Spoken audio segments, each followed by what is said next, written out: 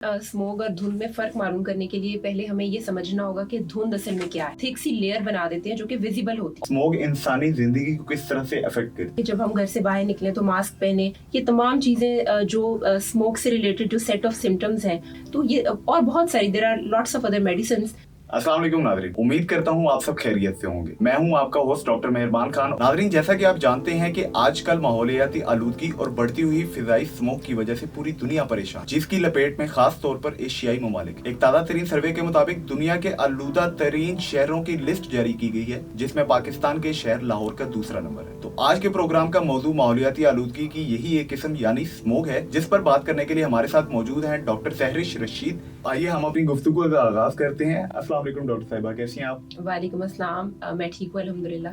अच्छा ma'am, kindly हमारे audience को बताइए कि धुंध में और स्मोक में क्या डिफरेंस है? देखिए मेहरबान, स्मोग और धुंध में फर्क मालूम करने के लिए पहले हमें ये समझना होगा कि धुंध असल में क्या है। धुंध जो है वो सर्दियों में कम टेम्परेचर पर जब ठंडी हवा जो है वो पानी के ज़रात के साथ मिलती है, वो पानी के ज़रात जो इवेपोरेट होते हैं और हवा के साथ मिलके एक डेंस, एक थिक सी लेयर बना देते हैं जो कि विजिबल होती है और हमें ऐसे नजर आती है कि एक लेयर जो है वो मौजूद है और इस वजह से उसको धुंध कहा जाता है। राइट। और वो हमारी सेहत के लिए नुकसानदेह नहीं है, सिर्फ उसमें हमें कुछ एहतियाती तदाबीर इख्तियार करनी होती हैं, जैसे कि हमें जो है वो ड्राइविंग के दौरान बहुत ज़्यादा केयरफुल होना पड़ता है क्योंकि विजिबिलिटी कम हो जाती है, तो हमें बहुत ज़्यादा एहतियात करनी पड़ती है क्योंकि एक्सीडेंट्स के चांसेस बढ़ जाते हैं। लेकिन धुंध इटसेल्फ जो है हमारी हेल्थ के लिए डैमेजिंग नहीं है। अच्छा मैम, काइंडली ये बताइए कि धुंध और स्मोक में इसको मेजर करने के लिए कोई स्केल्स वगैरह मौजूद होते हैं? जी बिल्कुल, इसमें हम एयर क्वालिटी इंडेक्स जो कि एक तरह से हवा में आलूदगी का जो तनासुब है, ये उसकी शरह मालूम करता है, जिससे हमें ये पता चलता है कि हवा कितनी साफ है, हवा कितनी सेफ है, या फिर हवा में आलूदगी का जो तनासुब है वो कितना ज्यादा है।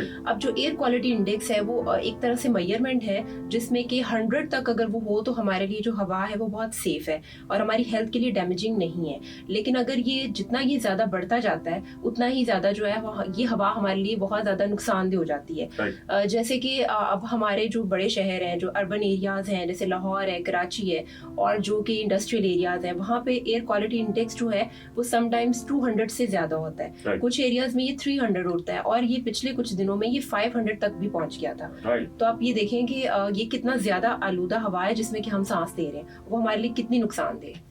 अच्छा डॉक्टर साहब, ये बताइएगा कि स्मोक इंसानी जिंदगी को किस तरह से अफेक्ट करती है? मेहरबान, स्मोक जो है वो इंसानों, जानवरों, प्लांट्स यानी तमाम जानदारों के लिए बहुत नुकसानदेह है। और अगर हम बात करें कि सेहत के हवाले से इसमें ये सबसे ज़्यादा जो मुतासिर करती है वो हमारा निज़ाम तनफ़ुस है, यानी जिसमें कि हमारा अपर रेस्पिरेटरी ट्रैक, हमारा लोअर रेस्पिरेटरी ट्रैक इन्वॉल्व होता है। इसके साथ साथ ये आंखों में इन्फेक्शन, आंखों में दर्द, जलन, खारिश, आंखों से पानी निकलना, आंखों में चुभन होना। इसके अलावा जब हमारे ये अपर रेस्पिरेटरी ट्रैक को इन्वॉल्व करे तो जो हमारा नाक है, म्यूकस मेम्ब्रेन्स में जो इन्फ्लेमेशन होती है जिसके नतीजे में जो नाक से पानी बहता है, जलन होती है, दर्द, खराश होती है, छींकें आती हैं, गले में दुखन, गले में जो खराश है, खांसी होती है, ब्रीदिंग से रिलेटेड जो प्रॉब्लम्स हैं कि सांस लेने में दिक्कत होती है, दुश्वारी होती है, लंग्स के इन्फेक्शन है, हमारी जो सांस की नाली है, ट्रेकिया, उसकी इन्फ्लेमेशन, यानी ओवरऑल ये हमारे पूरे ट्रैक के लिए नुकसानदेह है। और खास तौर पे वो लोग जो पहले ही जो इम्यूनो कॉम्प्रोमाइज्ड हैं, जो सेंसिटिव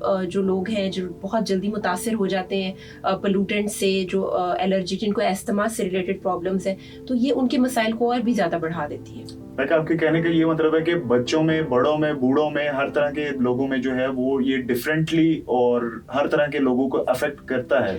बिल्कुल, ये हर तरह की उम्र को जो है अफेक्ट करता है, जिसमें कि बच्चे भी हैं, बड़े हैं, बुजुर्ग हैं और खास तौर पे वो लोग जो कि हार्ट पेशेंट्स हैं, जिनको ऑलरेडी को कार्डियोवैस्कुलर प्रॉब्लम्स हैं, जिनको ऑलरेडी एस्थमा के इश्यूज हैं, तो उनको ये उनके मसाइल और भी ज्यादा एग्रीवेट कर देता है। कुछ लोगों को रेस्पिरेटरी ट्रैक के अलावा भी कुछ प्रॉब्लम्स महसूस होती हैं, जैसे कि कुछ लोगों को सर में दर्द होता है, भारीपन महसूस होता है, कंजेशन होती है, स्टफी नोज फील करते हैं और इसके साथ साथ चक्कर भी आ सकते हैं, मतली की कैफियत। ये तमाम चीजें जो है वो स्मोक के जो हेल्थ हैजर्ड्स हैं ये उसमें शामिल है। तो मैम काइंडली ये बताइएगा कि इन से बचने के लिए हम कौन कौन सी एहतियाती तदाबीर इख्तियार कर सकते हैं?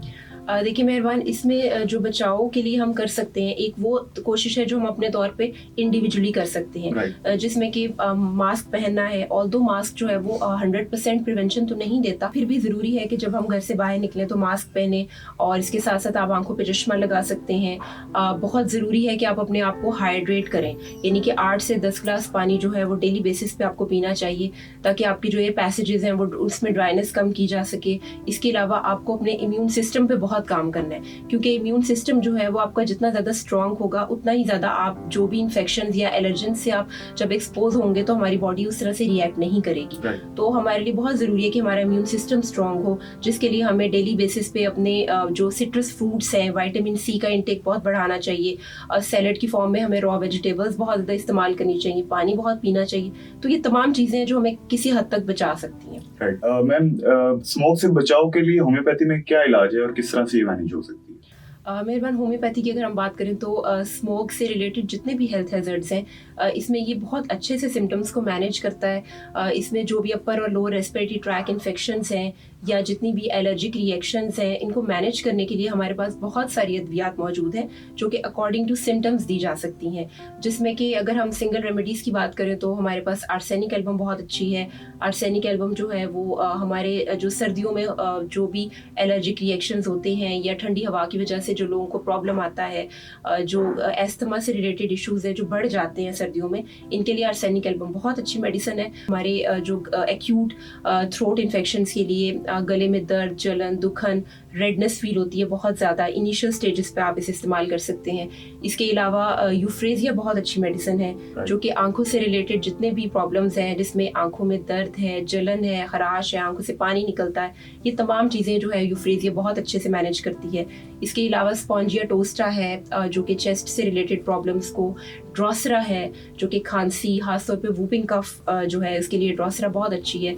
तो ये और बहुत सारी there are lots of other medicine जो कि जिसमें से चंद एक का मैंने जिक्र किया है। इसके अलावा और जो कुछ ऐसे कमर्शियल प्रोडक्ट्स हैं जिसमें कि HR4 है, HR5 है, ये तमाम चीज़ें जो स्मोक से रिलेटेड जो सेट ऑफ सिम्टम्स हैं उनको बहुत अच्छे से मैनेज करती हैं। अच्छा मैम, मैंने आपकी एक स्टडी पढ़ी थी, क्योंकि मैम का जैसे इंट्रो हम करवा चुके हैं कि ये क्लिनिकल रिसर्चर भी हैं, तो इनकी स्टडी में आपने इसी के ऊपर रिसर्च की थी, डिफरेंट प्रोडक्ट्स की एफिकेसी के ऊपर।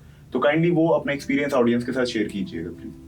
जी मेहरबान, मैंने एज ए रिसर्च क्लिनिशियन जो है एक 2020 में एक स्टडी हुई थी जिसमें कि हमने स्मोक से रिलेटेड जो हेल्थ हैजर्ड्स हैं उनको ऑब्जर्व किया था, और ये एक कंपैरेटिव स्टडी थी, और इसमें 5 डिफरेंट जो है वो स्टडी ग्रुप्स थे, जिसमें कि 5 डिफरेंट जो मेडिसिन के रेजीम्स थे जिन पर हमने काम किया, और फिर जो स्मोक से रिलेटेड जो भी मेडिसिन थी जिनके बेस्ट रिजल्ट्स थे वो हमने जो है नोट डाउन किए। इसमें मैं बताती चलूँ कि हमारे पास मोर देन 90 पेशेंट्स जो थे वो इनरोल हुए थे, जिसमें कि आइज इन्फेक्शन, अपर और लोअर रेस्पिरेटरी ट्रैक इन्फेक्शन से जो भी उनकी सिम्टम्स आ रही थी उस वक्त स्मोक की वजह से, उसमें हमारे जो बेस्ट जो ड्रग ग्रुप था या जो बेस्ट मेडिसिन ग्रुप था वो HR4 और HR5 का था। इसके बहुत अच्छे जो थे रिजल्ट्स थे, पेशेंट्स बहुत जल्दी रिकवर हुए थे, क्योंकि जो जैसे आई ब्राइट लोशन है इसे हम एज ए सेप्टिक वॉश भी इस्तेमाल कर सकते हैं। जब भी आप बाहर जाने के बाद घर वापस आए आप इसे आई वॉश के तौर पे इस्तेमाल कर सकते हैं। एक बहुत अच्छा जो है वो आई सोल्यूशन है। इसके साथ वो HR4 और 5 के बहुत अच्छे रिजल्ट्स थे। ये थी हमारे साथ डॉक्टर सहरिश रशीद, जिन्होंने स्मोक के बारे में बताया कि इसके क्या असरात होते हैं और इंसानी जिंदगी पर ये किस तरह से अफेक्ट करती है। मैं उम्मीद करता हूँ कि आप इन एहतियाती तदाबीर को इख्तियार करेंगे और अपना और अपने घर वालों का ख्याल रखें।